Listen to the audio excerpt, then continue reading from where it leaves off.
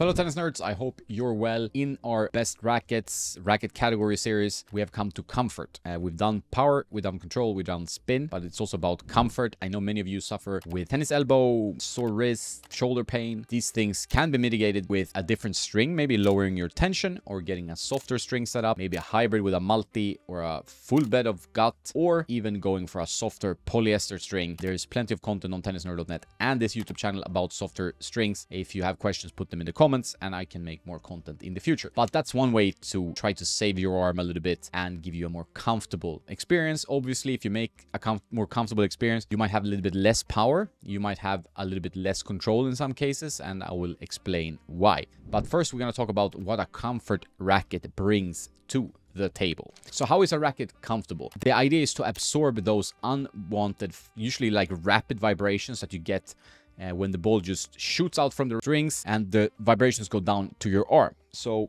I took one of those most comfortable rackets I've tried in a long time, the Black Ace. This is the pro version. There are other pro Kinetic Black Ace rackets. They're kind of leading the comfort league together with Wilson Clash. But if you have a stiff racket, the ball doesn't stay long on the string bed. It just shoots out. Vibrations will be created from that and it will go down to your hand and your arm. In this case, the racket is so flexible that it absorbs some of these vibrations, and they have a kinetic technology, which is like micro beads that is moving towards the impact zone, supposed to take some shock off.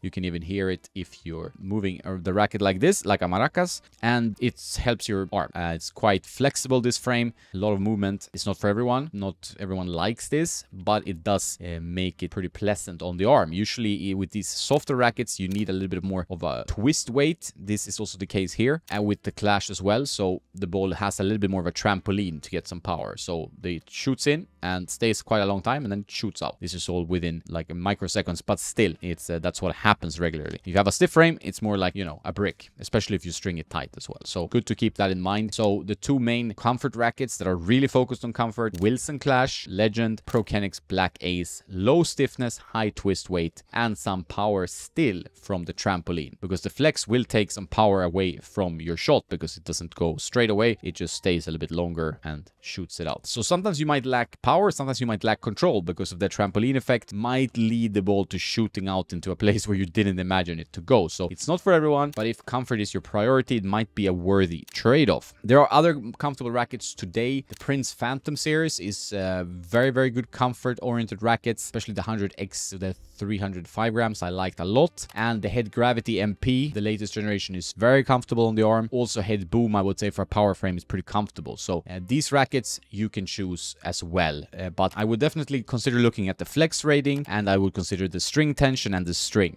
Especially to then get a comfortable experience that can help you play more tennis, enjoy tennis more. What is there to wait for? I understand that like you might win less points or struggle more or have to play longer rallies. This has all happened for me if I've had an issue with my arm for a period. It's quite rare. I've been lucky to stay pretty healthy in my tennis life, but when I've had that, I might have to go from my usually more powerful racket and set up to something a little bit softer on the arm, and then I need to work harder because the ball doesn't go as fast and as hard, and I need to play a little bit more crafty, which is fun in a way as well, but it's something that can be a trade-off. And if I would go for like a 100 square inch soft racket, I might have a little bit of a launch, but this is 97, so here you can actually control the ball pretty well. So racket comfort is important if you suffer from it. Some people never get any issues like tennis elbow, golfer's elbow, or anything like that. Consider yourself lucky, but many do. Sometimes it's the stiff string, RPM Blast, Laxalon 4G, Laxalon Olo Power. Those are main culprits. Solinco Tour Bite, pretty bad as well. They're good strings, but they're very stiff, and for the wrong player, they might lead to issues. Avoid stringing a string like that,